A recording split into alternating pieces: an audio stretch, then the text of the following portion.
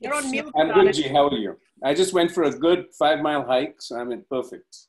Oh, Yeah. yeah. My husband says hi, Ranjit. Say hello back to him. We're great to have him in Charlotte. Yeah. And we want him back. What a small world, eh? I know. Hi, Niti. Hi. Hi there. And just for everybody's info, so Rolly and my brother Hopsy are really, really good friends. And a dear friend of ours' son was getting married in Charlotte, of all places. And my husband and Hopsy showed up, and Ranjit entertained them for a couple of days. Hi, Roy Sinai. Hi, Zafar. Hey, Roy. How are you? Welcome, Royta. I can't see you. I don't know where your pictures are. Oh, there, I see at the bottom. Okay, there's Ranjit with that lovely background. What's iPad 2's name? I don't know. Everybody has. Yourself. Yeah, everybody has the ability to change your names. I think there's a little 3 dots right over your profile picture. You can tap that and rename yourself. If you want to put your actual name down, it does help. Karan, we need a proper class from you on Zoom. We have 17 now. There's a number from India, I think. iPad 2 is Mukteja, Pawan Mukteja. Pankaj Mukteja. Hello. Change your name, iPad 2 to Pankaj Mukteja. So please change it to Pankaj. So, I hope Harpal is going to join us, Niti. I mean, after all, you know. Was just here he is. Chal shukar hai tu aa gaya. Ek number baat gaya. Ram Naam. 5 of us. 6 people? No, there's 17 of us. 17. Good. Where are the other 17? Who knows? What? There's 18 now. There's another one. Somebody else has joined. Yeah. We're a bit early, so I think. Welcome, Zafar. Welcome, Zafar. Yeah, please. Thank you. Hey, Harbans, how are you? Hey. I can't. Zafar, hello, G. Zafar Khan, head boy. Good evening to you. Good afternoon to you. Good afternoon, Harbans. How are you? I can't see you yet. No? You're not on video. Let me see how I can do that. Switch on your video. How about Sujit Bhasin? Hi, Sujit. Hey, Shiva. That's also Hopsy's dog's name is Shiva. Yeah. He's got 2 crazy dogs. They're both crazy. What's that, Sumar? Himmat Singh Dhalan is there. Hi, Himmat. Who is she? I don't know. Headmaster Saab, welcome. Who's saying hello to me? Kumkum. Hi, Himmat. Oh, yeah. Hello, Kumkum Ji. Namaskar. How are you? I'm ready. I'm ready for the show, but how many minutes more? I think 5 minutes more. maybe 8 minutes. We'll wait till about 1:03 or something. Right, Karan? We have to let Indian standard time. No, yeah, American Standard Time, UK Standard Time too. 19 people now. Okay. Roy, tell us about you. What year are you?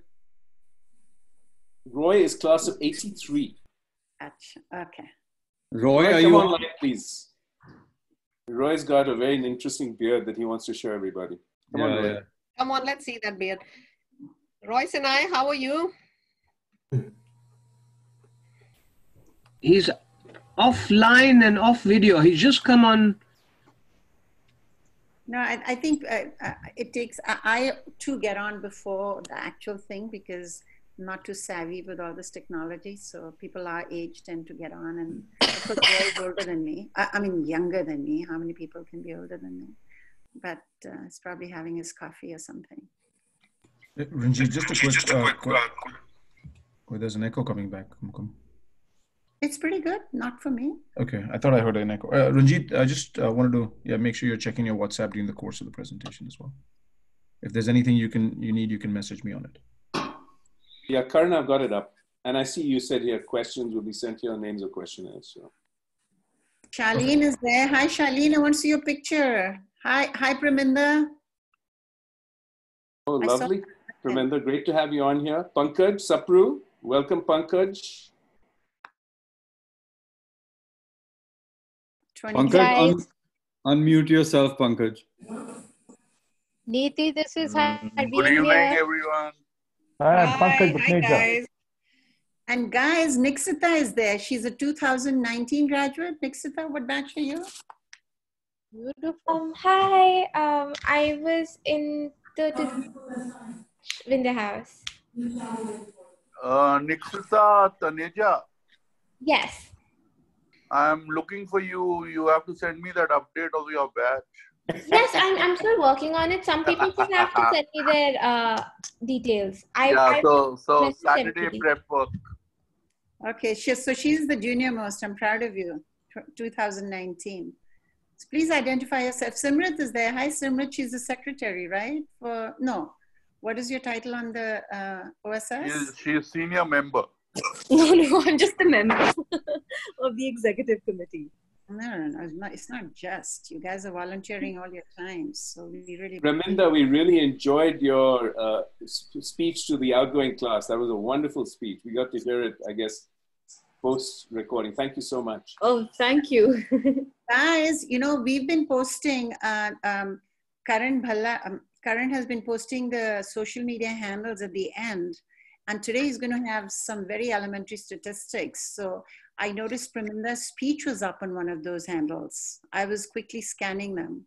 So we want everybody to please like and follow the Old Sonarian Society. They're doing a really good job in getting active, and we want to support them. Just put a heart or like or whatever you want.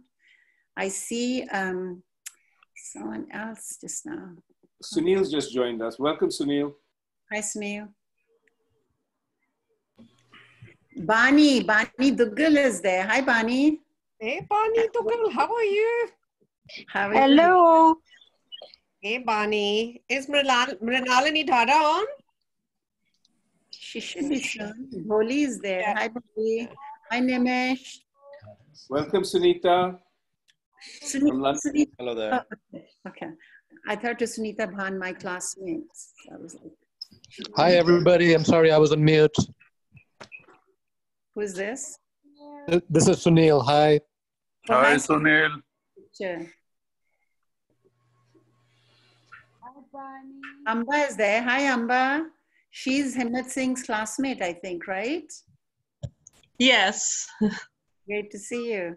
I don't see a picture. But... Hi, Babso.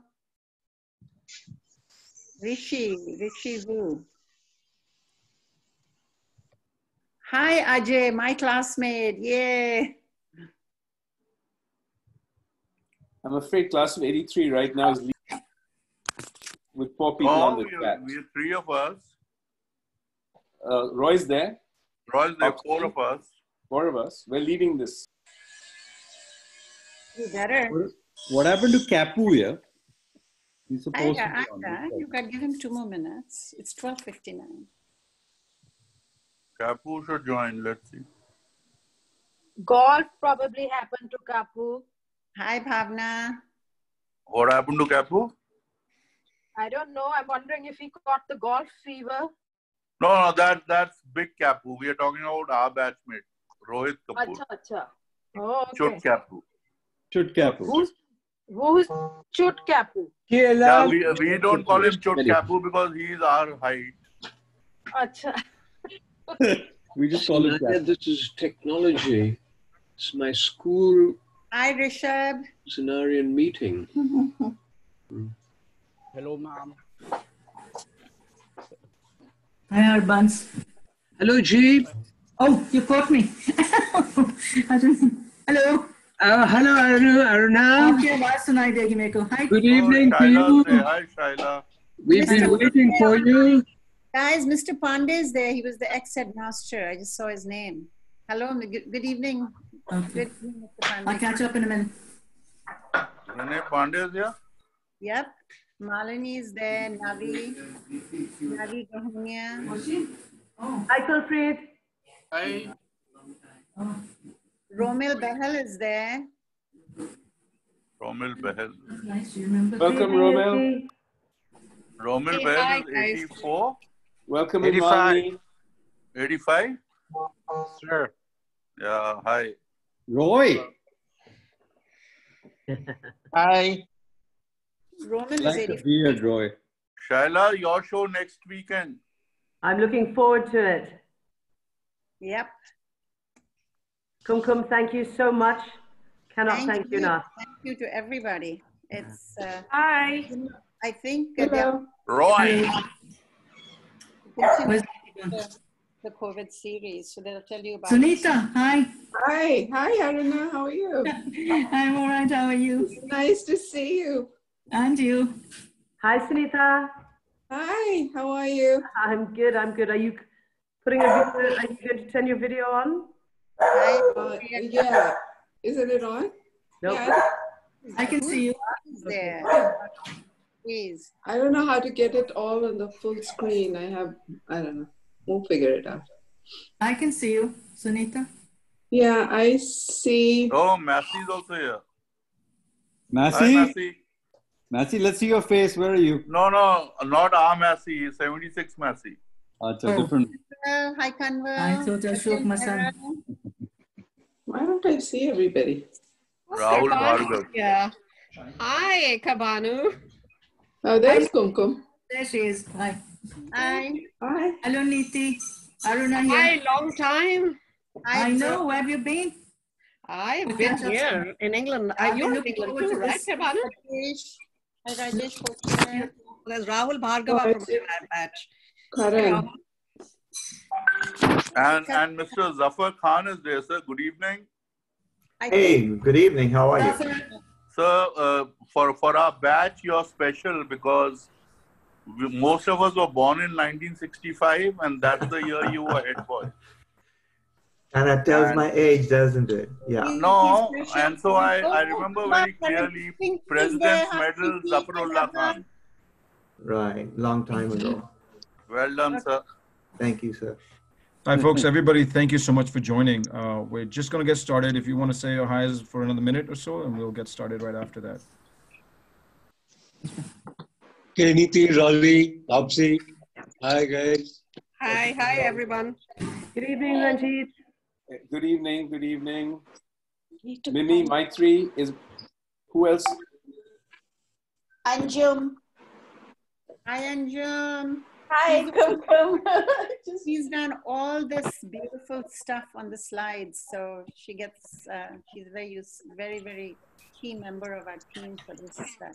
Oh, Kochi. Welcome, Renalini. Hi, Kochi. Harry. Hi. Jaideep. Hi, sir, Pro. How are you? Good morning. Oh, we've got two more from class of 83, Sanjeev Sharma. Hi, can anyone hear me? Just joining in. Hi, Samrita, Jasdeep, hello. 64 हो गए, I think शुरू कर लेते हैं. Yeah, we will be muting everybody now. Ajaynath, good evening.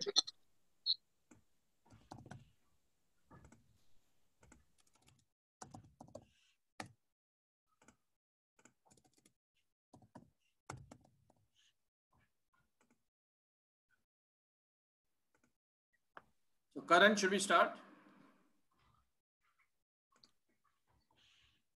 Yes, hello. Thank you, everybody, for joining today. We are about to kick off today's session. Before we jump in, just a couple of quick housekeeping rules, and then I'll pass it over to Kulpreet. And Kulpreet, from there, you can take it. Just walking through the housekeeping part. Everybody's mics will be muted for the first part of the session. This is when the speakers and the hosts are speaking. Once we get into the Q&A, you'll have the ability to unmute your mics and ask your question. All questions are encouraged. We really want you to send Q&A. Please send them over. You will be able to chat and send your questions to the host. Put your name, put your badge, and we will pass it on to the moderator who will then call you out for your question. And that can be done throughout the presentation. You don't have to wait till the end. We are testing this. So we hope that when you do wrap up your session at the end of the day after the school song, you should be able to see a survey. And the survey is to get feedback on how these sessions are and if they're of value to you. So with that, I will pass it over to you, Kulpreet.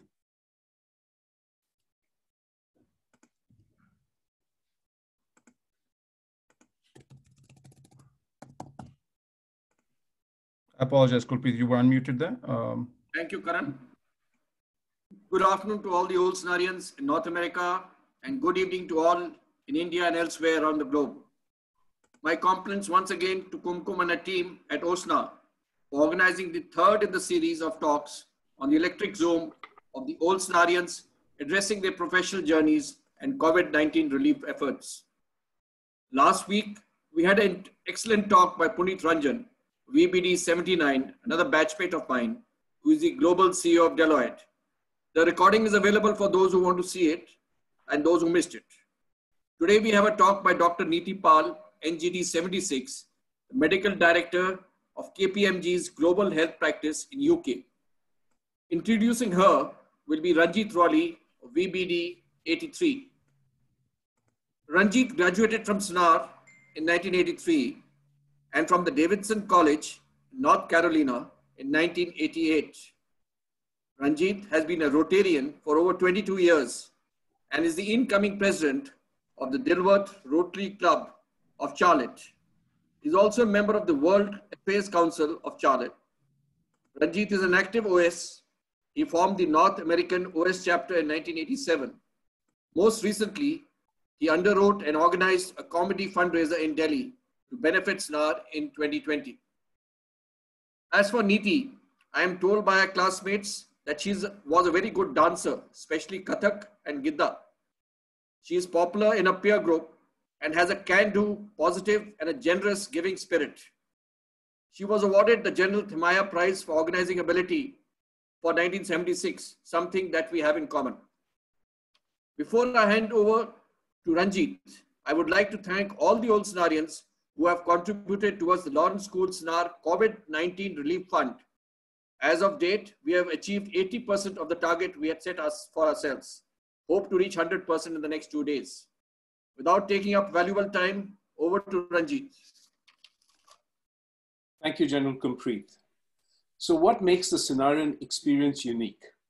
Taranjit talked about playing hockey and team sports, helping him be a better foreign secretary.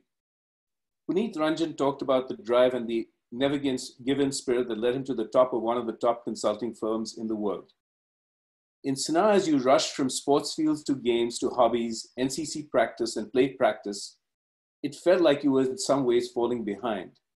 You had examples of your friends in hometowns who spent hours studying and preparing for board exams, IIT exams and the like. Here you were, spending hours spit polishing your shoes, running Hodson, doing a little painting. But if you never paint now, how will you discover the next Picasso in your midst? If you never act, how will you discover the next Saif Ali Khan in your midst? If you never go hiking, how will you become the next adventurer Ajit Bajaj coming out of the woodwork? Our next speaker also benefited from the fulsome SNAR experience, which held her in good stead as she made her way in the world. At SNAR, Dr. Niti Pall liked nothing better than to lose herself in a good book on a mountainside. She excelled, as Major General Kulpreet said, at classical Indian dance. As for many of us leaving SNAR in the 70s and 80s, there were the standard professions: government servant, doctor, engineer, tea gardens, MNC. And Dr. Pall became a doctor and practiced for a number of years with the NHS. But then her life has taken a series of very interesting twists and turns, which now has her consulting as an expert with governments and heads of state on affordable universal health care. She has trained extensively in numerous branches of medicine, including obstetrics and gynecology. She's a licensate of the Royal College of Physicians. She has membership of the Royal College of Surgeons, general practice, pediatrics, ENT, and geriatrics. She's also has the following appointments: President for the Independent Doctors Federation in UK, Non-Executive Director of the Birmingham Women's Insurance Hospital, Chief Medical Advisor for WellTech that supports new healthcare models, Medical Advisor for AXA Mobile in France, and also currently Global Medical Director for KPMG. Niti is a unique and talented and multifaceted individual. As Mr. Puneet Ranjan's mother told him that he was unique, Niti too is unique. She's passionate about affordable digital healthcare. She's an entrepreneur and innovator with over 30 years experience, has international expertise with firsthand emerging customer experiences, including inclusive leadership that's able to join the dots and create new business models. You're in for a real treat from our wonderful speaker today, Dr. Niti Pall. With that, I'll turn it over to Niti. Thanks, Ranjit. That I kind of can't even recognize myself when you talk about me like that, but that's great. So thanks very much. I'm going to just talk to you about a little bit about my journey and a few slides that I was asked to put together. Now, I don't know whether you really want to see them or not. Karan, can I get my slides up? I can't do that while you're sharing, so that's great. Thank you. So I'm just going to share my slides with you. Can you see them now? No. Can you see my slides? Karan, are we able to see my slides? Not yet. You need to. Now we can. Yeah, we can. Okay. So as Ranjit said, I've had a checkered career. It's been quite interesting how Sanar shaped me and made me who I am. So I wear a number of hats these days, and I have a really funny CV. So whenever recruiters reach out to me, they don't quite know what they expect me to do. I don't fit the mold. I don't fit the corporate ladder story. I don't fit just being a doctor. I don't fit being just an entrepreneur. The three big hats I currently wear: I'm Global Medical Director for KPMG. I never consulted before in my life till about 3.5 years ago. And my boss, Mark Britnell, who's the head of infrastructure, government and health for KPMG globally, said to me, as I was leaving my last job, said to me, well, why don't you try this? And I said, all right, I'll give it a try. I haven't a clue what you do in consulting, but I'll give it a try. But it was the new and novel that always interested me. So he was setting up a practice for universal healthcare. And for the last 10 years, what's really, really interested me has been affordable healthcare for the masses. And just kind of by the by, I fell very ill 10 years ago. I was very, very sick. I had 2 cancers. I nearly died. And it gave me a lot of time to sit under my tree and think about what I really wanted. And I knew I wanted affordable healthcare. I was very lucky to be in the UK, under the UK NHS. I was treated really well. I got world-class treatment from world-class doctors and nurses and world-class medicines. But then I wandered off to India, my home country, and other places that I've visited. And I can never forget, I was in Bangladesh once, and I found myself in the middle of nowhere, trying to treat a woman who was bleeding to death. And I couldn't do anything because there was no hospital, there was no clinics, there was nothing nearby. It was a seminal moment in my life, and I decided that I wanted to do something that led to affordable healthcare for millions around the world. So I said yes to Mark because it was a new universal healthcare practice. And over the last 3.5 years, we've sold work in over 26 countries. We have over 60 live projects in many, many countries on universal healthcare. A large one was Ayushman Bharat in India, which we won in about 6 states that were KPMG are running the project management for that.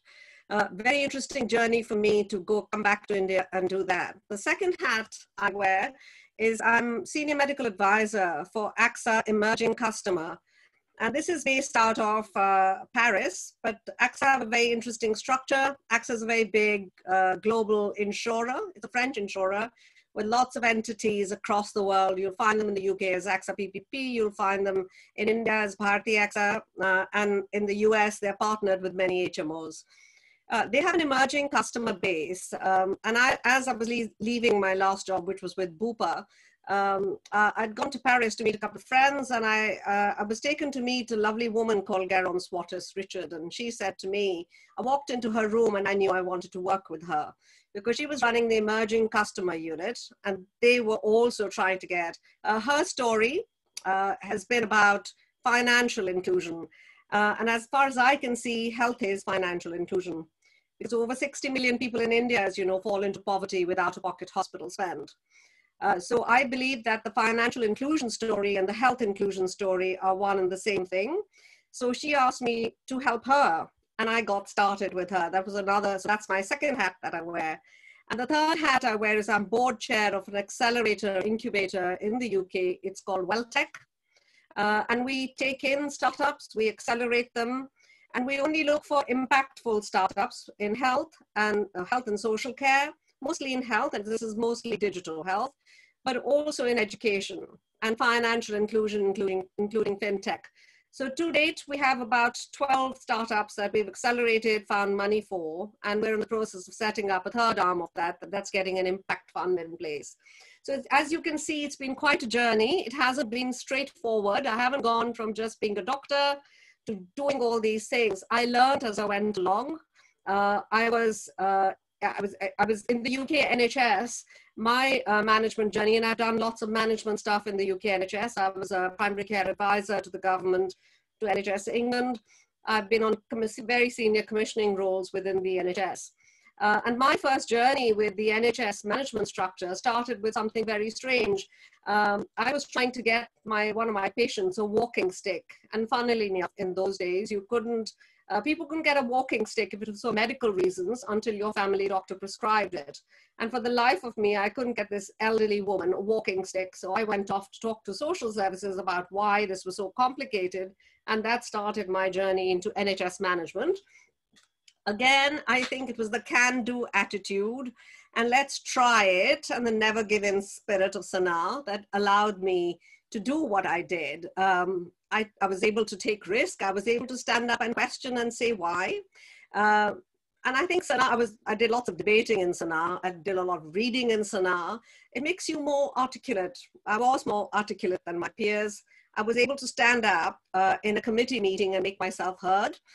Which wasn't very easy for a brown woman who stood up and said, I want to be heard and I want to know why you're doing things the way you're doing them. In mature markets, that's really hard to do that. And sticking your head above the parapet wasn't an easy thing to do, but I did. And that was the never give in Sana spirit. So I learned a lot while I was on that hilltop, but most of all, I learned to dream. I learned to sit down and I was able with my book, I don't know if you guys remember, we used to build these camps up in the hillsides and we used to put these little bamboo things and we used to take our other people's raincoats and make little beds of them and sit there. And that was my favorite pastime. The library was the place I used to live in with my friend Gurmeet and I. And Simrata, I don't know whether she's on the call today, the three of us used to spend our life in the library. And whenever the new books came in, that's what we went for. And what an eclectic collection of books it was. It wasn't just your usual stuff. I read a load of rubbish. I have no hesitation in admitting it. All the romance novels were read to the Milton Boone and everything, but all the eclectic books too. I read a whole bunch of things I would have never seen. Rumi, I read Rumi while I was in Sana. I read And Quiet Flows the Dawn. I read Tolstoy. I read all sorts, whatever I could lay my hands on. Really expanded me as a human being. And what Sana allowed me to do was to expand my mind and be creative rather than just being dogmatic and down the road. And of course, my first love was always dancing. And my favorite teacher was Mrs. Roberts. She's now Mrs. Roberts. She was Shakti Bhatnagar then. A young Kathak teacher who came in and completely changed my life. And I was found either in the dance room or I was found in the library. It was again, very creative atmosphere. I don't know many schools that allow you to do that. It allowed me to pivot and turn. It allowed me to have a career that's multifaceted. It's allowed me to have a career that's allowed me to follow my passions and my heart rather than just running after the money. Money comes, but it always came when you try to do the right thing. So that was my very interesting journey that Sanara allowed me to be myself. I'm going to talk to you a little bit very quickly about what I've been doing recently with COVID. And it's been multifaceted again. And I can do a few of my slides if you like. I don't want to bore you to tears. But we know that COVID has allowed, my first slide talks about the healthcare gaps. And from the pre-COVID world, we're finding these healthcare gaps are being exposed. They're being exposed hugely in mature markets. In places like the US, and you guys sitting in the US, you have one of the most innovative healthcare systems in the world. You have some of the most highest quality healthcare systems in the world, but you have the most broken healthcare system in the world because you've got 32 million people who are still not insured and can't get to doctors and nurses and get fully covered. So it's exposing those gaps of universal coverage, and you're finding that the broken system is also creating huge supply chain problems for PPE, for testing, for drugs, for ventilators, the lot. So we know that those things are being exposed. And then on the other hand, you have the very emerging markets, you have the developing world and the middle world, as I call it. where there is no universal access to healthcare. And you'll find, again, it's a mess when that happens, because in India, things will be messy. They'll be messy because there is no universally funded healthcare. The public system is going to be hugely stretched. There are not enough hospital beds. There's not enough critical care capacity. And even with the innovation and jugaad of India, I don't think they're going to be able to meet the challenge if the peak really, really becomes as is been in Europe and the US. So those gaps are being exposed of not having enough funding, not having systems in place. And also we find in very hospital-centered models. But to go very quickly on to, and so we found, but what's happened has been very interesting. While these has been exposed, suddenly digital health has become important. And I've been wittering about it for 17 years. I started doing telephone triage and video consults with my patients 17 years ago. And everybody thought I was crazy doing that. But suddenly this has come to light, and suddenly the whole world has gone digital. We've had to. So some of those gaps are being filled with other things. So very quickly, as I move down my slides, which I can't do for some strange reason, I'm doing that now. I'm not going to talk about this one. We'll talk about the rest. This is the impact you can see across some countries that I've benchmarked. I've been benchmarking healthcare systems in about 8 different countries, the good, bad, and the ugly. If anyone wants to talk to me about them and know what the gaps are, we benchmark people on infection control. We benchmark them on mass testing. We benchmark them on how their responses have been. Happy to take questions about that. But my big learning out of COVID has been, I was involved in helping set up the Nightingale hospitals in the UK. But my biggest learning has been, how can we use the crisis to accelerate innovation and create emphasis on areas of health that matter? And these are the following. Those are the role of primary care. We know that primary care, in systems that have primary care, have reduced costs of healthcare. And that's been universally accepted everywhere in the world. But we find systems that don't have primary care will fall apart. And that's been shown by COVID.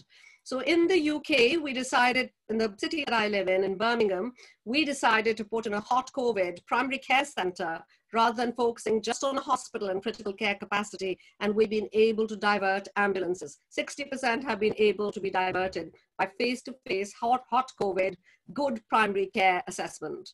Mass testing is the second thing that needs to be done well. We know that it works. We know that Germany has a low death rate as a result. Korea has a low death rate as a result. Singapore has a low death rate as a result.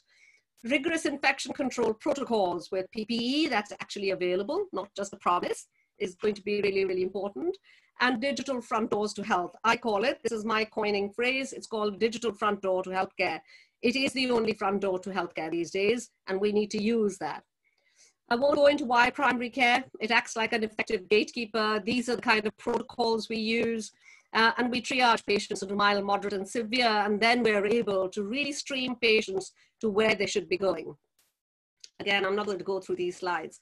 And then I'm going to take you to my other bit of my journey, which is with AXA Emerging Customer, which has been really, really interesting to find. So the CEO called me and said, Thomas Woobro called me and said, well, you've been talking about healthcare, and you've been talking about digital healthcare for some time. Well, what about AXA offering COVID advice and free COVID helplines to over 1 million people across the world? Can you do it?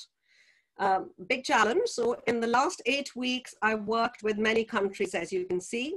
We worked in the UAE with migrant workers who've been stuck in the UAE with no access to healthcare. And through their remittance providers, this is people that they send money home back to, we've created a digital front door for healthcare with an Indian company, actually. It's called Connect and Heal. And they've been they provide language type services in many, many Indian languages. So a lot of the Bangladeshis, Pakistanis, and Indian migrant workers have been served by this thing in the UAE. We're working in Indonesia with a telco, and also with working in Indonesia with a healthcare provider, which had already gone digital. And we managed to get a critical illness cover, a hospital cash benefit cover to over 600,000 people within about 2 weeks of launch. So very, very interesting that it took off.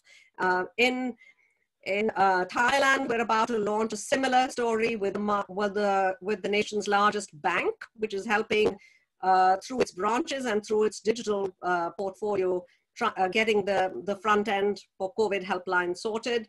In Egypt, we're working with a microfinance institute, and both their lendees and their lenders to get a COVID helpline that should be launched by next week. So we will reach 1 million, and we will reach it by the end of May. The question is what next, and what's going to happen next, and what we do with this.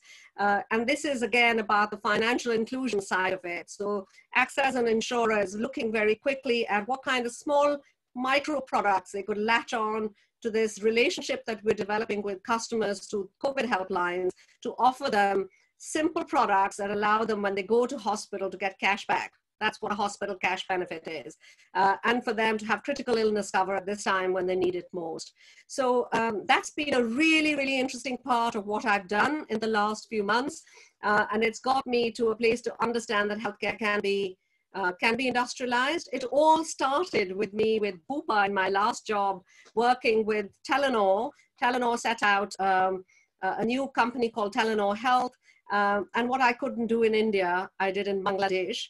And within 18 months of launching a telehealth service at the back end of a phone, we managed to reach 7.8 million people. And that was called tonic, because when you get sick in Bangladesh, you go to the pharmacy and you get a tonic. So literally is what it says on the tin. And it was able to be launched and scaled within 18 months. Grameen have since bought it as part of their Grameen Kalyan business, and Mohammed Yunus is scaling it in Bangladesh.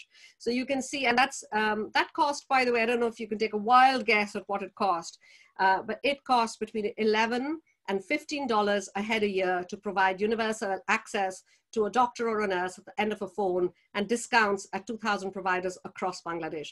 So again, really interesting propositions that are being developed in emerging markets. And I've been working in about 44 countries now, trying to get this out there. Hopefully somebody else will pick up the journey when I finish, and hopefully some Sonarians will be inspired to do similar things as we go along. And with WellTech, we're looking at many, many new startups that are working in the post-COVID world. I'll stop there, Ranjit. Does that help? Well, that was amazing. Well done, Niti. As I had advised people, it was going to be an amazing talk. The first question we have comes from our tech support, Karan Bhalla. He's NBD 95. Today's women have a harder time shining in their careers than men. What do you think was your biggest skill that helped you succeed? I'm not afraid, and I'm not afraid of taking a risk. It's that. I think also, you know, I've lived in the UK now for over 35 years, as you can tell from my accent. And it wasn't easy when I first arrived here. Sanaa teaches you good English. We were taught the Queen's English while we were in Sanaa. But when I got here, I got to Birmingham, and I went to work in a part of just outside of Birmingham called the Black Country. It's where the industrial heartland of the UK was. And they spoke in English. I had an absolute clue what they were talking about. I was completely confused about what these Brummies were saying to me. So come home crying, saying, I don't know English anymore. So there was a whole bunch of stuff around. It wasn't just being a woman, it was being a brown woman in a very male-centered world. But I wasn't scared. I wasn't afraid. And Sanaa taught me that. Wow, excellent. The next question is from Harveen Maan. How do you see the overnight acceleration of telemedicine globalizing the delivery of healthcare? So thanks, Harveen. Hi. Do you work in healthcare too, Harveen? No, my daughter, nephew, lots of relatives do. I'm at the university. Yeah. Yeah. Fabulous. So I think it is going to be the only door to healthcare now. So as you can, I don't know what's happened in the countries that you're in. Certainly in the UK, all elective care is stopped, or elective outpatients are stopped. And all of this is happening now on the phone. Things that we talked about years ago are coming to light now. So I think what's happened is it's allowed people to access healthcare in a very different kind of way. I think it's democratized healthcare in a different kind of way. It's a different experience. We're also finding something very interesting, which across the world I'm seeing now, things that people never used to speak about. Two things that we're seeing more and more spoken about through telehealth is mental health of finding people who are not able to articulate that in a face-to-face consultation in a much more kind of, in a different way, they're able to actually articulate that. So mental health services suddenly have taken off. And two, the other thing is sexual health. So contraceptive advice, women's health, all of that has taken off when people, particularly, this was my learning in Bangladesh and many other countries that I've been in, Islamic countries that I've been in, where women don't have access to good contraceptive services or good sexual health advice, women and men. It's much easier to do it on the telephone with somebody who's anonymous, who doesn't really know you and can't tell your parents where you've been and what you're asking for. So again, many, many different things are coming to light with telehealth. And it's not just telehealth, I'd call it digital health. It's a health ecosystem that's being built, Harveen. And the health ecosystem is being built to help navigate the patient's pain points. It's about, in emerging markets, it's about the out-of-pocket spend. So it's about, you don't just spend money on going to see the doctor. You spend money on their medicines. You spend money on diagnostics. Those are the sorts of things that a health ecosystem, a platform, is able to bring together. Certainly in Bangladesh, we were able to reduce the cost of care by about 30 to 40% by offering discounts at many, many providers. And we're finding that across the world. Excellent. The next question, Karan, if you would unmute yourself, you had another question if you want to go ahead and ask it. I was just curious to know, what is your KPMG is doing a lot of activity, you said, in multiple countries. What are the plans for the future and how do you see some of that changing? And what's your role going to be in that? So that's an interesting one, Karan. The healthcare advisory practice, which is what I'm part of, the healthcare advisory, we have 4,500 people working in healthcare across the world. KPMG has in almost every country that I know. We have a presence. Some of it is an advisory, some of it is audit and finance. A lot of it is advisory in healthcare, and we find that actually healthcare investments, so the deal flow is going to go up. We're also finding that healthcare advisors are going to be needed more and more. I haven't been busier in my whole life.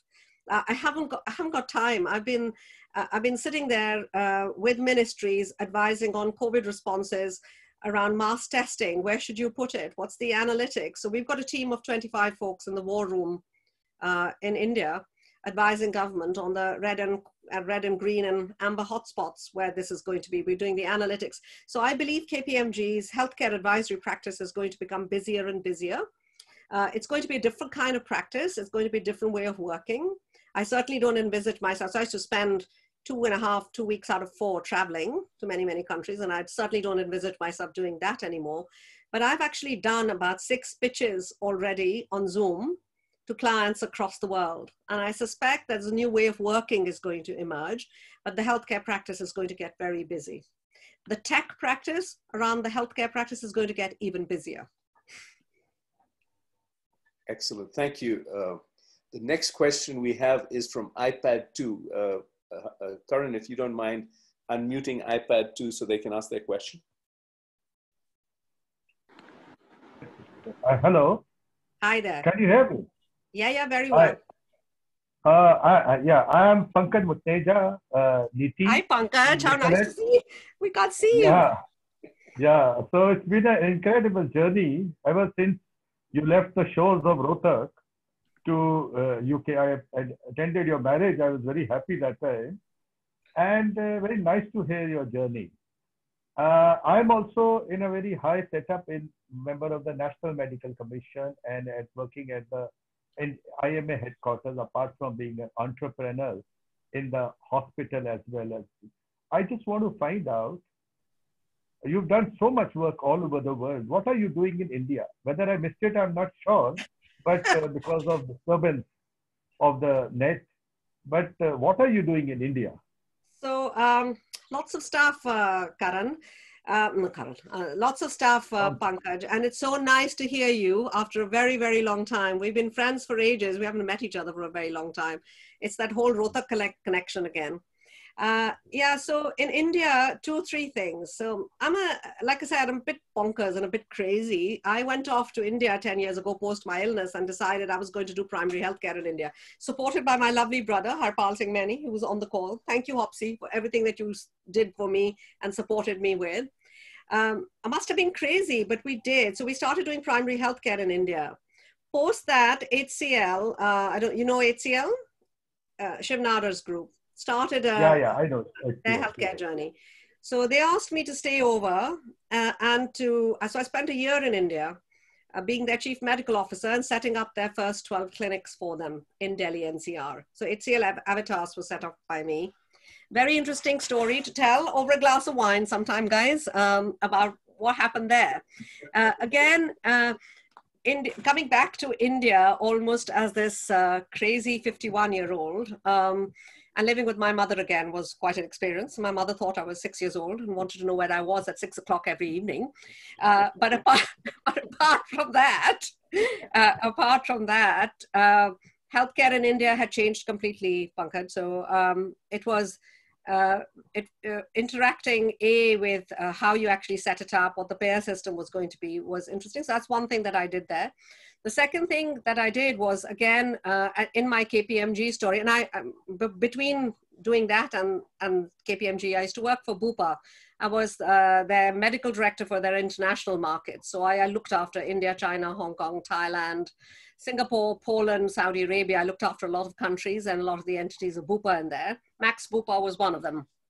So I got to understand your insurance industry somehow and worked quite closely on RSBY, which we had taken part in for 2 million people. The Rajiv Arogeshri scheme and RSBY scheme is what I helped with in India at that time. And then with KPMG, a large part of my journey with KPMG when I started was doing business development for them in India, working with the Indian healthcare practice. There wasn't a huge healthcare practice when I started this. There was 25 people when I started with the practice. It's got 250 people now working in healthcare in India. So I kind of pat myself on the back and credit myself a little bit for that. That was really good fun. And we bid quite a lot for Ayushman Bharat. So I understand your Ayushman Bharat scheme, I think, in and out better than a lot of doctors in India possibly do. I know their funding structures. I know how the pricing was done because we did quite a lot of it. And we are implementing as project managers in 6 states in India, we're implementing Ayushman Bharat. Now that's been a huge challenge, as you know, particularly with providers thinking they won't get paid enough and all the rest of it. I have a different take on it. So I am helping many providers now in India get ready for Ayushman Bharat. So that's the one thing that I've done recently and I'm carrying on doing. The other thing is, as the board chair for WellTech, we are partnered with the National Health Authority of India, the NHA. They have an innovation unit in the NHA run by 4 really smart young Indian lads. Fabulous, fabulous guys. Absolutely spot on, really taking off innovation in healthcare in India. So WellTech has partnered with them as a knowledge partner, and we've been helping them curate startups, invest in startups, and look at funding structures with academic science networks, setting it up, and getting them international expertise to get going. So that's what I'm doing currently, and I just came off a call with them yesterday and today. We've been helping them quite a lot with that. So very interesting innovations are coming out of India, like drone delivery startups, and we're working with one that's delivering medicines and supplies via drones, analytic startups, genomics companies that are finding new biomarkers for disease and creating new test kits. So a whole bunch of COVID and post-COVID hypotheses with the National Health Authority of India. I hope that answers your question. Yeah, sure. Thank you. Niti, it definitely answers his question. If he doesn't, he can see me after this. Next, please unmute Sapru, Pankaj Sapru. He has a question about your career after SNA. Go ahead, Pankaj. Hi, Niti. Pankaj, how are you? I'm good. I'm kind of a kid brother because Hopsy and I are batchmates. I know you all. I've given you lots of Kali. I know you all. Thank you. So here's my question. So given your expertise and the experience that you've talked about, which is really diverse and it's an interesting mix because it includes just not medicine, but consulting. With all that with you, how does SNA get to benefit from all this?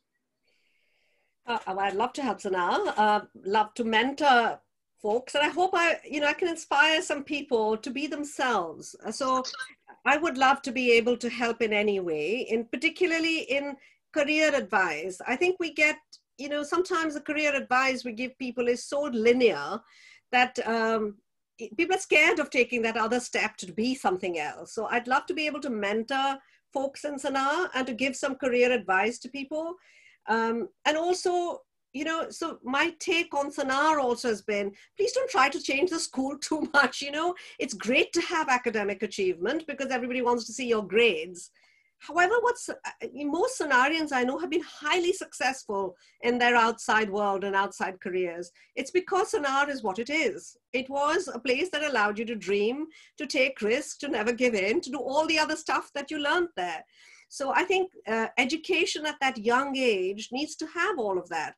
Which school had grand pianos scattered about the countryside? I learned to play 4 instruments while I was in Sanaa. I wasn't very good at any of them. I was good at the sitar, but everything else was, but I tried it. It allowed me to try different things and to be creative. So I'd love to be able to help Sanaa to build on its values and to build on the things that it does really well, and perhaps mentor folks. I'm happy to engage with Sanaarians where they are and post where they are.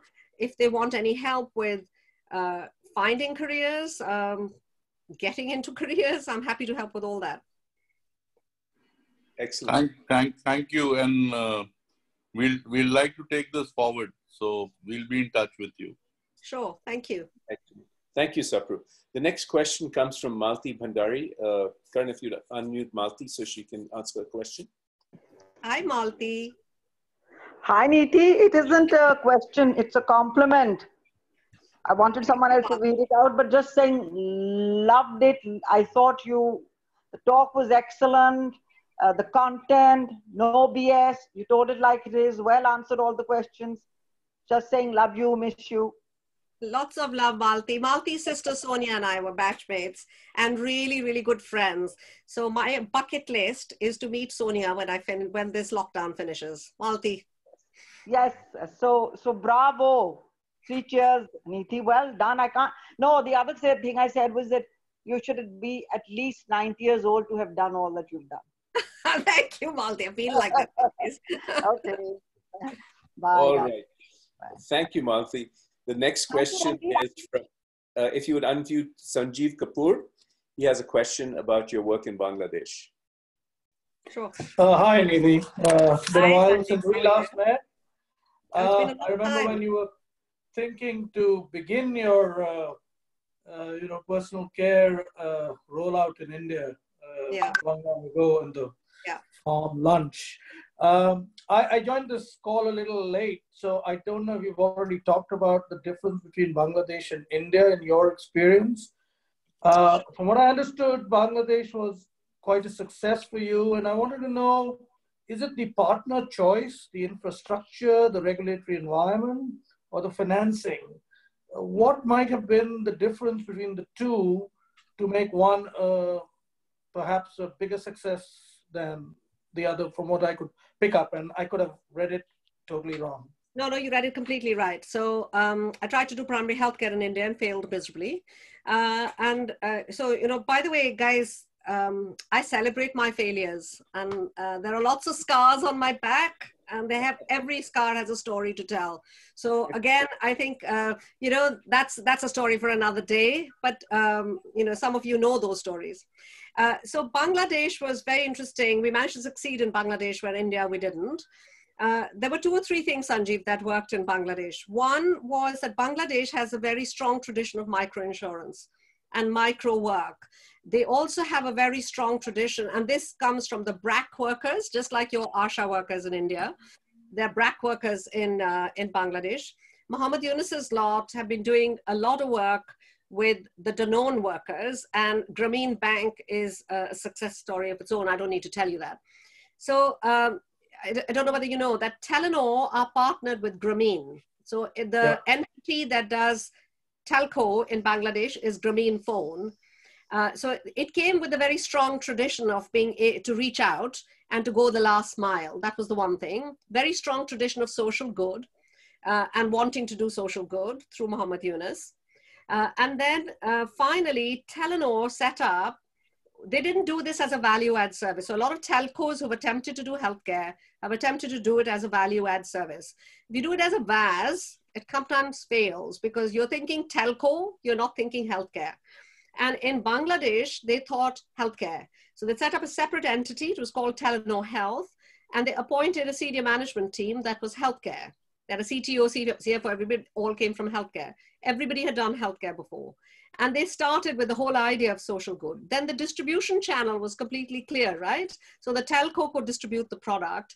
And because it was a sister company, they distributed it well.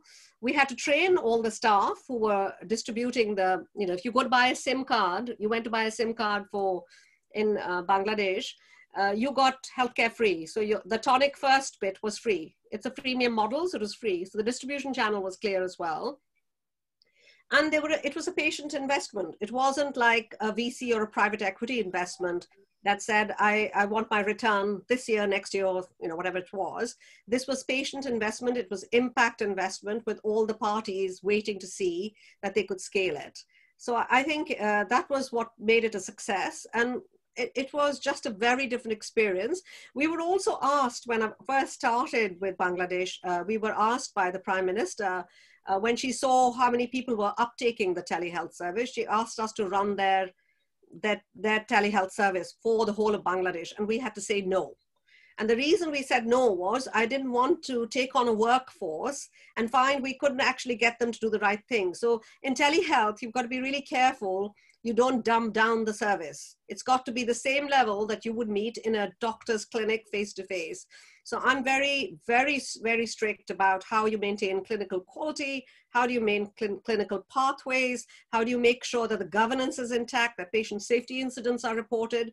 What I didn't want to take on is a workforce that wasn't prepared to listen. Where we had control was with the telco, and we managed to do a really great job of it with very few patient safety incidents arising with 7.8 million people using it. Excellent. Thanks again for answering that question so thoroughly. The next question comes from Surbhi Singh. Surbhi, if you don't mind unmuting yourself and going ahead and asking your question. Yeah, hi Niti. First of all, congratulations. I think I echo, I don't know who said it, maybe Malti, that one's got to be 95 years old to do everything you've done, and you're continuing to do so. That's incredible. And it's incredible to see, all the different hats you are wearing is exactly what is needed to change the healthcare scenario. It can't be done just by a doctor or just by a consultant. All the backgrounds that you put together is what's making the difference, and I think it's amazing. So my question was, I know, one of the things you talked about were the gaps in providers, lack of providers or access. When we are looking at a global health or population health, how does one get over all the licensing requirements? Is that something so that more clinicians have access to more patients?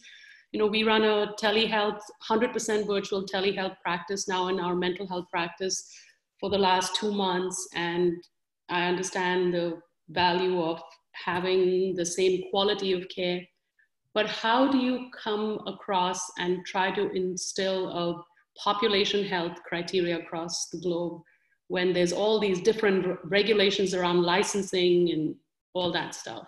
And I think that's kind of one of the gaps that I put up on my slide. So post-COVID world, they're going to have to get over that and really start, suddenly cybersecurity is no longer, or privacy issues around healthcare data is no longer an issue, right?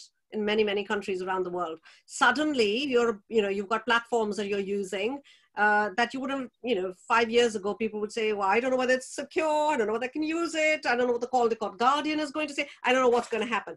So all of that has gone. So a lot of the regulatory hurdles in India, the telehealth regulation shifted in 10 days. I've never seen it work so fast. It's been sitting in courts. It's been sitting as a bill for the last 7 years, as long as I've known it. And in 10 days, they got the regulation through. So I think COVID is a revolution that we ought not to waste. That's what I think. And I think that's going to happen regulation is going, there is still regulation. Every country has its own regulation. Certainly in Europe, I'm working with the European Medicines Agency and HTA. I do quite a lot of work with them on health technology assessments, and they are fast tracking everything as we speak today. I think the difficulty in population health, and you raised, I think there are two questions here.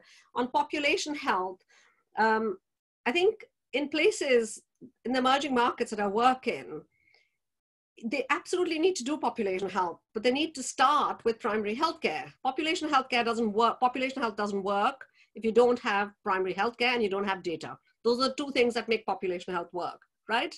Now, if you don't have those two things, then you're not going to be able to make this work. Primary healthcare in most of the countries that I've worked in, emerging markets I work in, does not exist. It doesn't exist in the US. It exists in very fragmented fashions in the US. It's the first thing that you have to do to get proper population health management in place. So I believe that telehealth could be the focus that allows you to put primary healthcare in place for at least 60–70% of your consultations and get the data that you're looking for, to do all the preventative work, to find out who is at risk of diabetes, who's at risk of COVID, who's going to be the next person, which is the next drug that you can personalize for this. And that's kind of, I think, the next hurdle that many countries are going to find, where systems are more public and they are more controllable, in a sense, in inverted commas. I feel that the regulation will be pushed through a little sooner. And I guess we'll just have to wait and see the countries that are going to emerge. And I believe the countries are going to be in Asia. Already we are seeing that shifting of focus of, especially the funders that I've been speaking to, are shifting their focus into China, into, I don't know whether you've seen what Tencent Doctor have done, what Ping An are doing. Within days of the COVID launch, COVID happening, they were launching critical illness COVID products. Within minutes, within like days of doing this. So I think some of that shift will come from those countries that have already got themselves ready. The other thing I'd like to say is, you know, my boss has written a great book. It's called In Search of a Perfect Healthcare System. It's a bit tongue-in-cheek. There isn't a perfect healthcare system. It doesn't exist. That's why it's something to teach and something to learn from every healthcare system. It's a great coffee table book. If you haven't read it, do. And he wrote another book this year. It's called Human. I helped him write the digital chapter for that. And while the last few years, the last 10 years were about robotics, personalized medicine, the human genome, I think the next 10 years are going to be about the healthcare workforce. We are going to be millions of doctors and nurses and healthcare workers short by 2030. People are going to be competing for healthcare workers across the world, and COVID has kind of brought that to light. You can see it. You can see where there's doctor shortages in India, you know that, right? So I think that countries and systems are going to have to gear up to looking at, and he's called it human, and if you see the cover of the book is a human reaching out to a robot. It's really trying to understand how we are going to be able to do that properly. Sorry guys, my battery is going to run low in a minute, so I'm going to have to plug in my computer. Terribly sorry. Give me 2 minutes.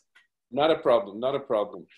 In the meantime, why don't you put a spotlight on Ruff Ganji, and Ruff, why don't you give us your Danny joke with the Danny 1, 2, buckle my shoe. There we go. Ruff is on the spotlight. Go ahead, Ruff. That's an old joke. One thing I would like to, I actually came here expecting a comedy show because there's a very famous comedian called Niti Pall. Have you heard of her? No, I wish I did. You're from Delhi, right? You're from Delhi, right? I'm originally from Delhi. I haven't lived there for a long time, but I am from Delhi, yes. Google her. She's one of the 2 or 3 best female comedians in the country. Her name is Niti Pall. So I was expecting a comedy show from you. Didn't get that. Anyway, what Sorry to disappoint you. It's okay. I'm actually not serious about this. So, okay. Ranjit suggested I ask a funny question. I don't really have. You did something medical as well, right? Okay, I'll tell you a medical joke. I'm a doctor. Okay. Then, see, doctors have such bad handwriting, don't they?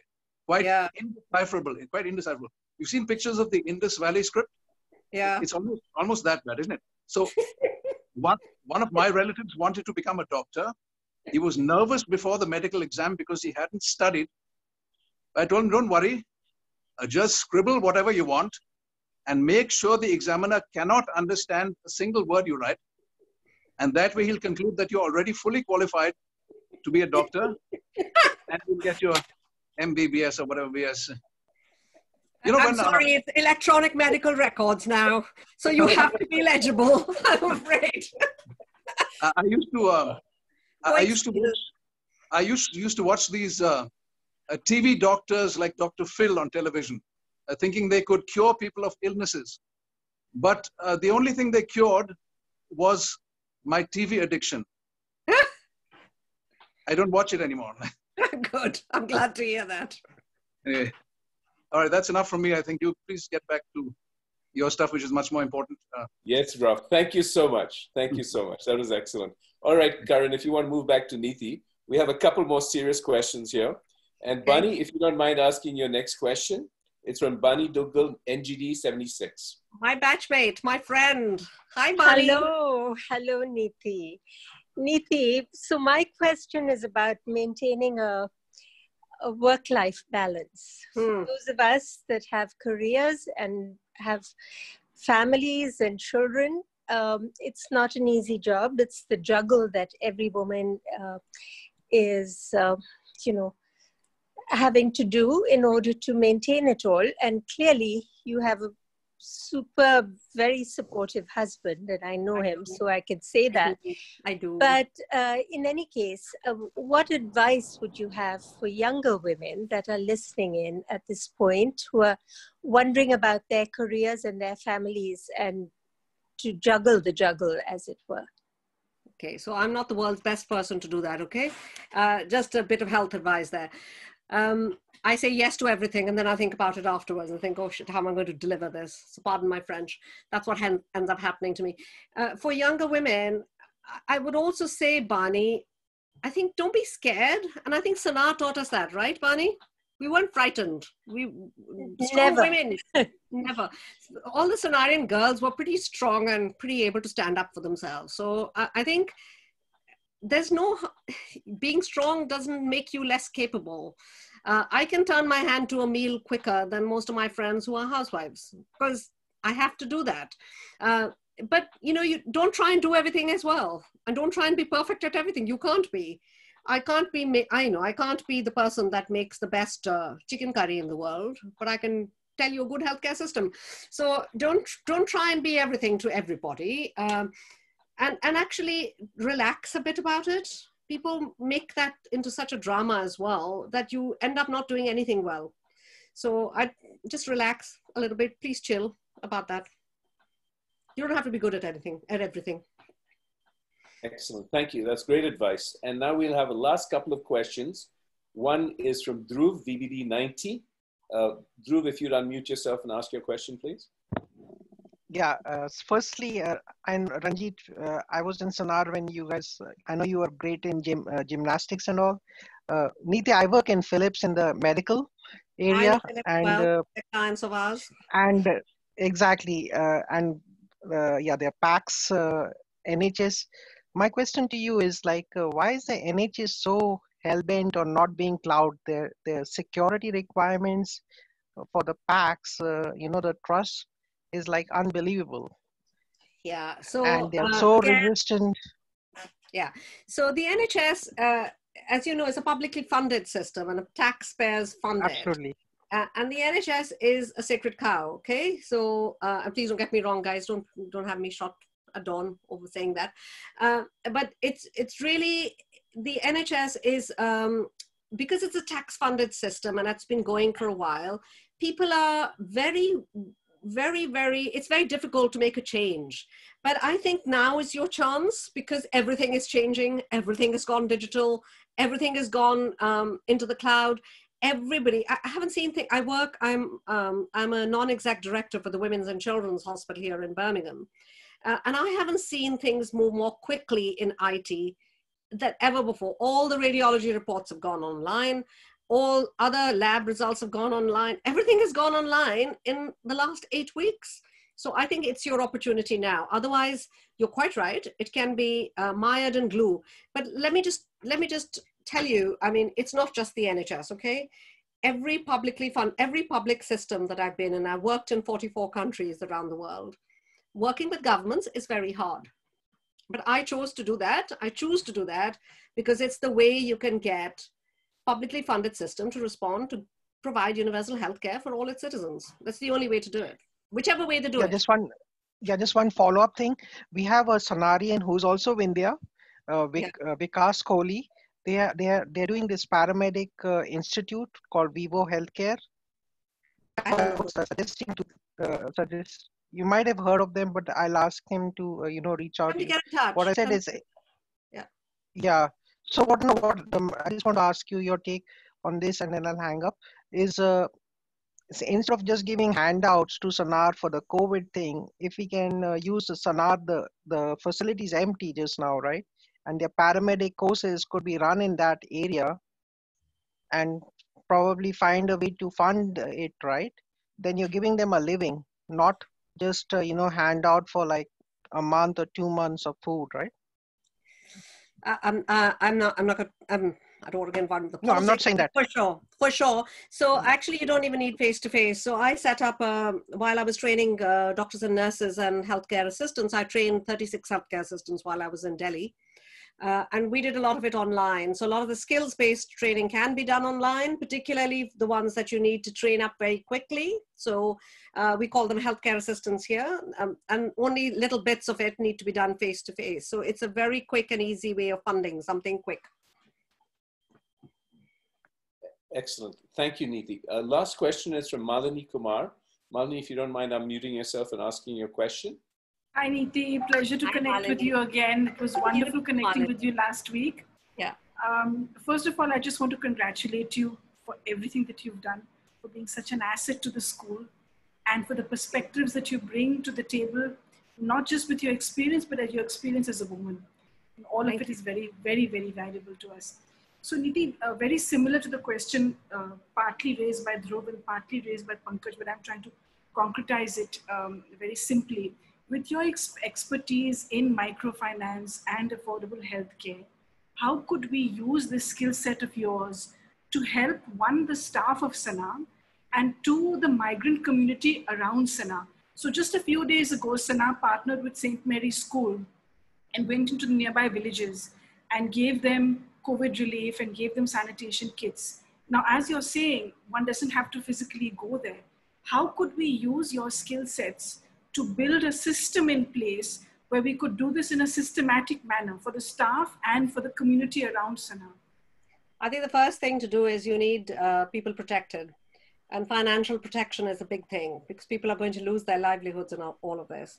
So we're just about, Malini, to launch a product in India with Bharti. I'm happy to have an offline conversation with you about that. We can see whether we can actually use that to protect, give some financial protection, gives critical illness cover, and gives COVID access to people. Okay. Both to the staff and to, so this is not your big PMI insurance, that covers you for everything, all your fancy stuff. This is actually just critical illness, okay? Or personal accident, that kind of stuff. That gives you some financial protection, doesn't give it all, but gives you some financial protection. For the people around you, I think we could ask the Bharti guys that we've talked to a provider. I'm quite comfortable with who they are. I can't tell you who it is just right now, who's going to actually launch the helpline. And we can talk to them about launching that, particularly for that cohort of people that you're talking about. Okay, great. Thank you. I'll be. For sure. Happy to do that. All right. Thank you, Niti. Thank you all for all your questions. Thank you for being here today. Again, another wonderful session. Congratulations to Kumkum and her team on an excellent job. Now I will turn over, if you don't mind, if you look at the bottom, you've got your reaction. So if you'll go ahead and give Niti some virtual applause, that would be appreciated. So well done, Niti. Wonderful job. And for those of you tech savvy, there's a reaction button down at the bottom. So, all right. And now we will turn it over to Karan. Karan, if you will wrap us up. Thank you. Thank you very much, everybody, for a great session. We do have a couple of stars today. I just wanted to give a shout out to, we had both headmasters, current and recent, Mr. Vinay Pandey, as well as Himmat Dhillon on the line. So thank you so much for joining, and as well as everybody else for joining. There's been a lot of talk about, and we say this every week, about how you can be involved with the community, with the whole Sanarian group. We're really trying to make this an ongoing effort. As you can see, what we've also started doing now is tracking the number of followers we have. So we have, for example, 454 followers on our old Scenarian Facebook page and about 2,000 followers on the Sonar page. That's a metric we're going to see if these sessions are having an effect, and in general, the outreach that the old Scenarian and the Scenarian group is having an effect. So please go out to these sites and like, follow, share. After the session, you all can stay on for Q&A. And with that, I guess the next piece will be really just getting into the school song. So if everybody can stand for the school song.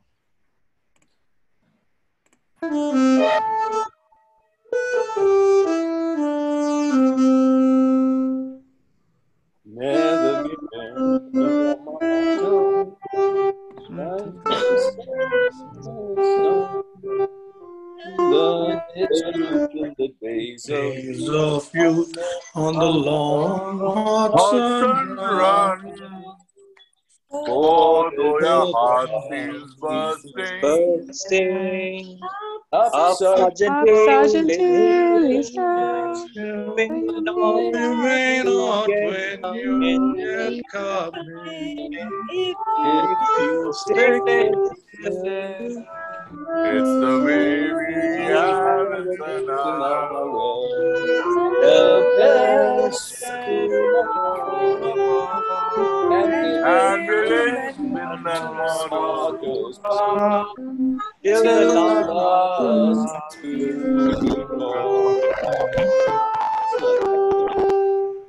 Thanks. Well done, folks.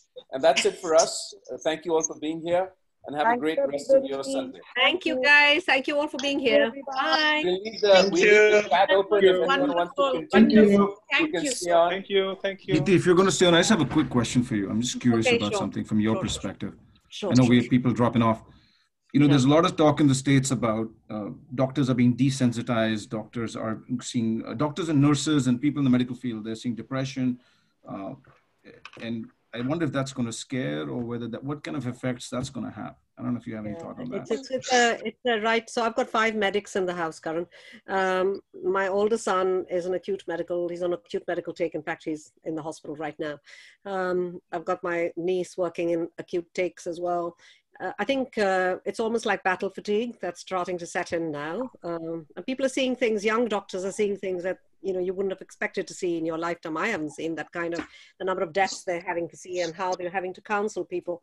So I think there's a huge issue around this. I think in healthcare systems that are more organized, you're able to pick it up more. So almost all of the trusts that I know, the one that I work with as a non-exec director, I'm offering listening sessions as a NED, I'm offering listening sessions to all the staff. So it's a formal listening session. Anybody who needs to talk to somebody is able to talk to people. I think you need to do that. You need to be offering mental health advice in different kinds of ways. But it's also for patients. Patients are terrified of going to hospital. We're seeing late stage presentations of patients, we're finding people with heart attacks and strokes that, should have gone to the hospital